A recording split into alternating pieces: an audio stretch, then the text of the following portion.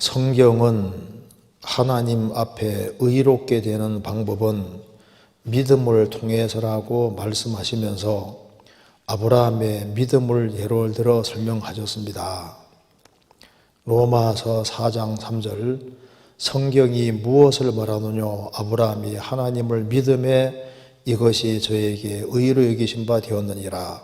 갈라디아 3장 5절 6절 너희에게 성령을 주시고 너희 가운데서 능력을 행하시는 이의 일이 율법의 행위에서냐 듣고 믿음에서냐 아브라함이 하나님을 믿음에 이것을 그에게 의로 정하시다함과 같으니라. 그런데 의롭게 되는 것은 단순히 믿기 때문이 아니라 믿는 대상 즉 예수님의 피가 있어야 된다고 생각되는데 아브라함이 믿은 것은 하나님이 후사를 주시고 그 자손들을 별처럼 많게 해줄 것이라는 약속이 아니죠. 물론 그 씨를 통해서 천하 만민이 복을 얻는다고 하신 것이 그리스도에 대한 약속임은 분명하지만 그 당시 아브라함이 그것까지 알고 믿은 것이라고 판단할 근거가 있는지 모르겠습니다. 그러니까 즉 아브라함이 그리스도 대속의 사실을 알고 그 사실을 믿은 것인지 그냥 하나님이 약속한 자손에 대한 말씀을 믿은 것인지가 궁금합니다 하는 내용입니다. 좋은 질문이죠. 여기 먼저 성경을 찾겠습니다. 로마서 4장 3절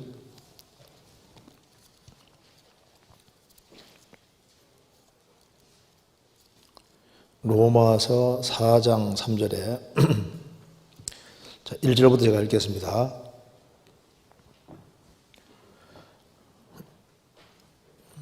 로마서 1장은 이제 이방인들이 짓는 죄를 쭉 말씀하고 2장은 유대인들이 짓는 죄, 3장은 유대인이나 헬라인이나 다 죄 아래 있다.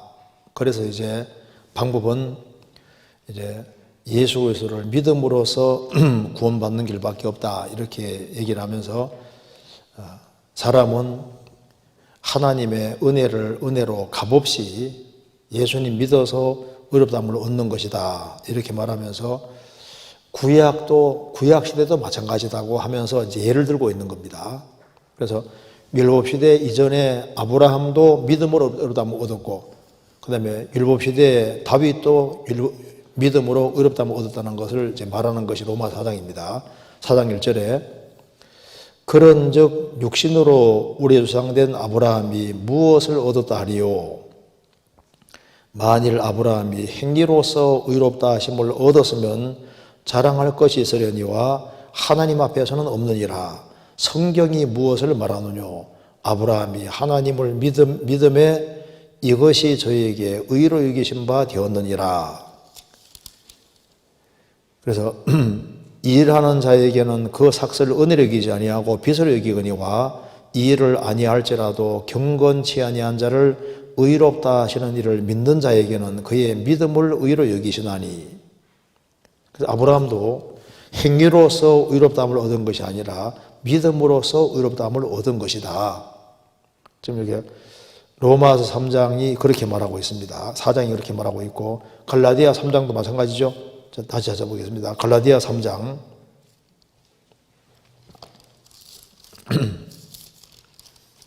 3장 5절 너희에게 성령을 주시고 너희 가운데서 능력을 행하시는 이의 일이 율법의 행위에서냐 듣고 믿음에서냐 듣고 믿음이 아니냐 하면서 6절에 아브라함이 하나님을 믿음에 이것을 그에게 의로 정하시다함과 같으니라. 그런즉 믿음으로 말미암는 자들은 아브라함의 아들인 줄 알지어다. 그래서 믿음에 이것을 그의 의로 정하셨다. 이렇게 했다는 겁니다. 근데 이제 질문 내용은 그 의롭게 되는 것은 단순히 믿기 때문이 아니라 믿는 대상, 즉 예수님의 피가 있어야 된다고 생각하는데 아브라함이 믿을 때 분명히 그 아브라함 통해서 후손이 후사 주시고 그 별처럼 이제 자손을 많게 하리라고 약속해 주셨는데 물론 그 씨를 통해서 천하만민이 복을 얻는다는 건 분명한데 그리스도에 대한 약속명은 분명하지만은 당시 아브라함이 그것까지 알고 믿은 것이라고 판단하는 근거가 있는지 모르겠습니다. 즉 아브라함이 그리스도의 대속의 사실을 알고 그 사실을 믿은 것인지 그냥 하나님이 약속하신 자손에 대한 말씀을 믿은 것인지 궁금합니다. 근데 먼저 알아야 될 것이 뭐냐면요. 먼저 아브라함이라는 사람이 있기 전에 대속이라는 개념이 있었을까요? 없었을까요? 있었죠. 그러니까 아브라함은 대속에 대해서 알고 있는 사람입니다. 아담 하와가 죄를 지었을 때도 하나님이 짐승을 가져와서 짐승을 죽였습니다. 그러니까 짐승을 대신 죽여서 피를 내고 짐승 가죽으로 가죽 옷 입혀주셨고, 그리고 아벨도 제사 드릴 때 짐승을 대신 죽였습니다. 그렇죠? 그리고 노아가 방주를 만들고 방주 안에 들어갈 때 정결한 짐승은 7상, 부정한 짐승은 1상씩 있지 않습니까? 그 정결한 짐승은 레위기 11장에 말하는 정결한 짐승을 말하는 게 아니라 제사용을 말하는 겁니다. 제사용. 그러니까 양이나 염소, 송아지, 비둘기 이런 종류는 제사용이기 때문에 제사용으로 따로 드렸고 이제 방주 안에 집어넣고 홍수 끝나고 난 이후에 정결한 짐승 중에 취해서 하나님께 제사를 드립니다. 그러니까 대속이라고 하는 것은 예수님 오시기, 그러니까 노아 홍수 전에도 있었고 노아 홍수 이후에도 노아도 정결한 짐승을 가지고 하나님께 제사를 드렸고 대신 죽였던 거예요. 창세기 8장 찾아보겠습니다. 노아가 대속에 대한 개념을 가지고 있었다 그 말입니다. 창세기 8장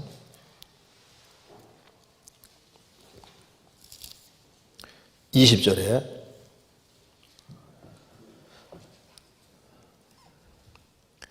노아가 여호와를 위하여 단을 쌓고 모든 정결한 짐승 중에서와 모든 정결한 새 중에서 취하여 번제로 단에 드렸더니, 그러니까 정결한 짐승을 취해서 하나님께 제사를 드렸습니다.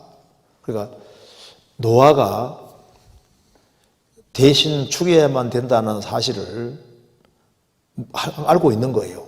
그리고 이제 바벨탑 사건 때 이제 모든 민족이 다 흩어졌지 않습니까? 흩어졌을 때 중국의 한자 기본도 성경이라고 합니다. 그렇지 않습니까? 그러니까 중국의 사람들이 이제 창세기 1장부터 11장까지를 근거로 해서 한자를 만들었는데 한문에 오를 의할 때 그게 이제 중국의 한자에 양자가 들어가면 이게 다 좋은 글자입니다.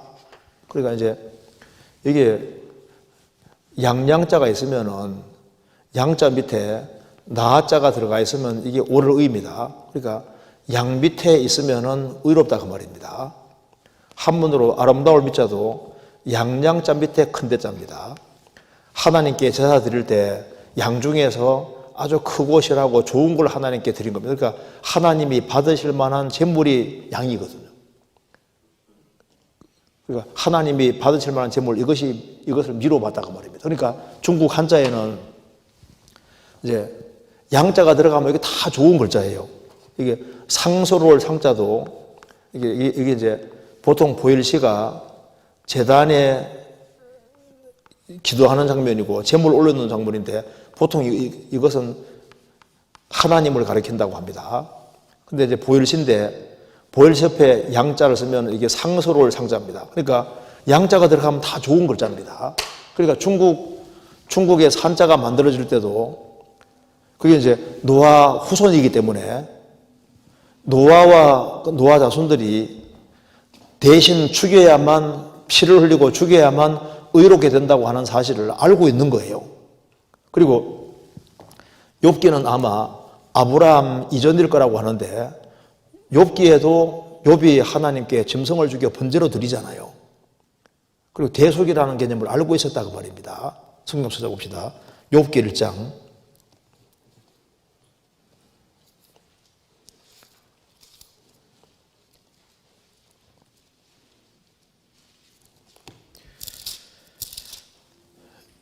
욥기 1장 5절. 그 잔칫날이 지나면 욥이 그들을 불러다가 성결케 하되 아침 일어나서 그들의 명수대로 번제를 드렸으니 이는 욥이 말하기를 혹시 내 아들들이 죄를 범하여 마음으로 하나님을 배반하였을까 함이라. 욥의 행사가 항상 이러하였더라. 그러니까 죄하고 짐승 죽이는 게 항상 연결되어 있는 거예요. 그리고 이제 욥기 36장 아침에 배웠던 거 한번 봅시다. 욥기 36장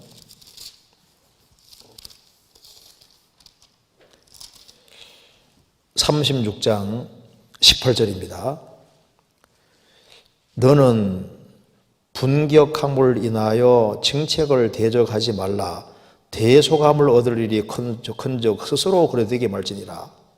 욥이라는 사람이 살던 시대 때도 대속이라는 개념이 있었고, 그러니까 노아도 대신 죽여야 된다는 것도 알고 있고, 아브라함 전에 욥이라는 사람이 살았는데 욥이라는 사람이 살던 그때도 대속이라는 게 있었고, 그리고 아브라함이 있을 때도 대속이라는 개념이 있었습니다. 그래서 아브라함은 갈대아우로 나와서 이제 가나안 땅 가자마자 가나안 땅에서도 창세기 12장에 하나님께 단을 쌓았다고 했지 않습니까? 또 하나님께서 이제 믿음으로 의롭다함을 얻는 걸 얘기해 주고 난 이후에 또 짐승을 또 죽이라고 했거든요. 창세기 15장 찾겠습니다. 창세기 15장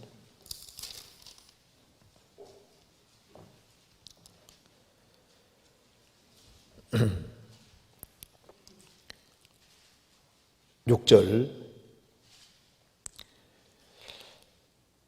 아브라함이 여호와를 믿으니 여호와께서 이를 그의 의로 여기시고, 그 다음에 9절. 여호와께서 그에게 이르시되 나를 위하여 3년 된 암소와 3년 된 암염소와 3년 된 수양과 산비둘기와 집비둘기 새끼를 취할지니라. 아브라함이 그 모든 것을 취하여 그 중간을 쪼개고 그 쪼갠 것을 마주 대하여 놓고 그 새는 쪼개지 아니하였으며, 그리고 이제 17절에 해가 져서 어두울 때에 연기나는 불무가 보이며 타는 횃불이 쪼갠 고기 사이로 지나더라. 그러니까 아브라함도 짐승을 죽이는 걸 알고 있었고 실제로 죽였고 대속이라는 사실을 알고 있는 거예요. 그래서 아브라함이 그냥 약속하신 자손에 대해서 믿었느냐? 하나님께서 여자의 후손을 약속하신 이후에 짐승을 죽였지 않습니까? 구약시대 때는 짐승을 죽이면서 먼 훗날 메시아가 오는 걸 믿은 겁니다. 그럼 보세요.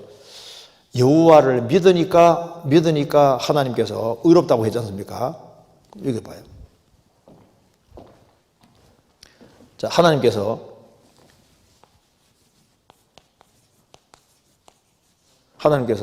이 사람은, 아브라함은 의로운 사람이 아닙니다. 아담과 손이니까 죄인입니다. 죄인인데 믿으니까 뭘 믿었냐면 하나님께서 여자의 후손을 보내주겠다, 메시아를 보내주겠다고, 약속의 씨를 보내주겠다고 하나님 말씀하셨는데 그걸 믿었다 그 말입니다. 믿으니까 하나님께서 이것을 의로 정하시고 의롭다. 의롭다 그 말이 무슨 말입니까? 아브라함은 죄인인데 의롭다 하는 것은 아브라함의 죄값은 하나님께서 갚으시겠다는 얘기인 거예요. 하나님께서 갚으시는 길은 대속밖에 없는 겁니다. 그래서 너는 의롭다 이렇게 하는 것은 이 사람의 운명에 대해서는 주님이 책임진다, 하나님이 책임진다 그 말입니다. 자, 간음 중에 잡힌 여인이지 않습니까? 나도 너를 정죄하지 아니하노니, 그 무슨 말입니까? 정죄받아야 될 사람을 정죄하지 아니하노니 그 말은 내가 너를 의롭다고 하는 대신에 거기에 대한 대가는 내가 책임지겠다 그 말인 겁니다. 그렇죠? 자, 십자가 주고 가던 강도에게 너가 오늘 나와 함께 낙원에 서리라, 낙원에 서리라 이렇게 말씀해 주는 것은 이 사람에 대한 값은 내가 지불하겠다 그 말인 겁니다. 그러니까 하나님께서 의롭다고 선포하는 것은 뭡니까? 거기에 대한 대가는 내가 담당하겠다 그 말인 거예요. 그래서 소자야 너의 죄 사함 받았느니라 이렇게 말씀할 때 그 사람에 대한 죄값은 내가 담당하겠다 그 말인 거예요. 그러니까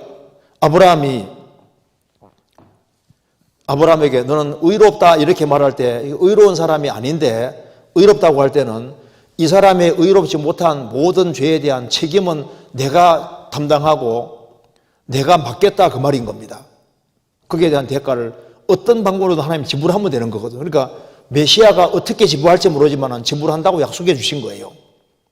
그러면 여기 아브라함이라는 사람이 그리스도께서 오셔서 십자가에 구체적으로 죽으시고 부활한 걸 알았느냐? 그건 우리가 정확히 알 수가 없습니다.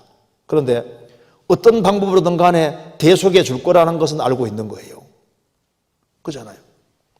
그러니까 예수님 공생의 당시에 예수님 제자들도 그리스도가 죽는다는 뜻이 뭔지를 모르는 거예요. 주님이 의롭다고 하시면은 의롭게 하시는 방법 자체는 하나님 편에서 대가를 지불해야 되는데 어떻게 지불할지를 몰랐을 수 있는 겁니다. 그런데 시간이 지나가면서 다윗은 봤어요. 다윗은 메시아가 오셔서 대신 십자가 달려서 죽으시는 걸 미리 봤기 때문에 시편 22편에 예언하고 있잖아요. 이사야 선지자도 메시아가 오셔서 그분이 우리 대신 찔리고 상하는 것을 미리 봤습니다. 그러니까 구약시대 때는 여자요손 통해서 하나님께서 죄값을 대신 지불해 준다는 걸 약속해 주신 겁니다. 의롭다 그 말은 거기에 대한 대가는 내가 담당하겠다 그 말인데 어떤 식으로 담당할지는 정확히 몰랐을 수 있습니다. 그런데 그래서 짐승을 대신 죽이면서 메시아가 오셔서 대신 죄값을 지불하시고 그렇게 한다는 사실은 알고 있는 거예요. 그래서 의롭다 그 말은 책임을 내가 지겠다 그 말인 겁니다. 대가는 내가 담당하겠다 했는데 어떤 식으로 담당할지를 하나님께서 처음부터 구체적으로 알려준 건 아닙니다. 그런데 시간 지나가면서 점점 클리어하게 명확하게 해주시는 명확하게. 그래서 이제 하나님께서 아담에게 자, 내가 여자 우선 보내줄 것이다. 그리고 이제 여자 후손이 오는데 여자의 후손은 뱀의 머리를 깨어버릴 것이다. 그리고 뱀은 발꿈치 상하게 할 것이다. 이렇게 말씀했을 때 그럼 예수님이 오셔서 상처를 입는다는 것 자체가 이게 구체적으로 뭔지가 선명하지 않잖아요. 그러니까 점차적으로 주님이 점점 명확하게 알려주신 겁니다. 그러면 아브라함이라는 사람이 그러니까 아담이 메시아가 오신다는 건 알고 자기 죄에 대한 대가를 지불할 건 알지만은 어떤 식으로 지불할지는 잘 모를 수도 있는 거예요. 그래서 하나님께서 짐승을 대신 죽여서 이제 피를 흘리게 이렇게 해왔기 때문에 이제 나중에 다윗 같은 경우는 메시아가 십자가에서 죽는 것을 아주 명확히 확실히 알았습니다. 이사야 선지자도 확실하게 알았지 않습니까? 그것도 계시로 알려주신 겁니다. 그래서 여기 이제 질문 내용에서 피가 들어가야 되는데 예수님이 오신다는 것, 메시아가 오신다는 것까지 확실히 알았는데 그 메시아가 구체적으로 어떤 식으로 하는지 그걸 정확히 알았을까? 그 하나님이 아브라함에게 어떻게 해준지 그건 정확히 나와 있는 게 없습니다. 그런데 확실한 것은 의롭다 그 말은 거기에 대한 대가를 내가 어떤 식으로든 담당하겠다 그 말인 겁니다. 그래서 담당하는 방법이 하나님께서 그리스도를 대신 죽게 하시고 피를 흘리게 하시는 것이었습니다. 그래서 아브라함은 메시아가 오신다는 사실 그리고 메시아가 오셔서 어떤 방법으로든 간에 자기 대신 값을 지불한다는 것은 확실히 알고 있는 겁니다. 그런데 그 방법이 구체적으로 어떤 방법인지는 그 당시에는 몰랐을 수 있는 거예요. 그래서 이 정도로 이해하면 될 것 같습니다. 그리고 이제 예수님 공생의 당시에도 예수님이 소자야 네 죄 사함 받았느니라. 그럴 때 어떤 식으로 그러면 이제 죄를 사함 받았으면은 이 사람 죄에 대한 대가는 예수님이 담당해야 되잖아요. 근데 그 사함 받은 사람도 어떤 지 담당하는지를 모를 수 있는 겁니다. 그잖아요. 가늠하다 현장에 잡힌 여인에게 나도 너를 정죄치 아니하노니, 그 말은 예수님이 그 사람의 죄에 대한 대가를 담당할 걸 전제하시는데 어떤 지 담당할지 모르지만은 주님 말씀하셨으면 그걸 믿는 거지 않습니까? 그잖아요. 그래서 구약시대 때도 오실 그리스도가 오셔서 나를 의롭다고 하는 것은 대가를 어떻게 하게든 간에 지불한다는 걸 확실하게 믿은 겁니다. 그렇잖아요. 책임을 하나님께서 지시는 겁니다. 아브라함에게 믿음으로 그리스도 오실 것을 약속하니까 믿었으니까 하나님께서 의롭다 그 말은 너에 대한 죄의 대가나 모든 것에 대한 책임은 내게 넘어왔다 그 말이지 않습니까? 그리고 그걸 이제 주님이 어떻게 하든 담당하면 되는 거라고요. 그렇게 이해하면 되겠습니다.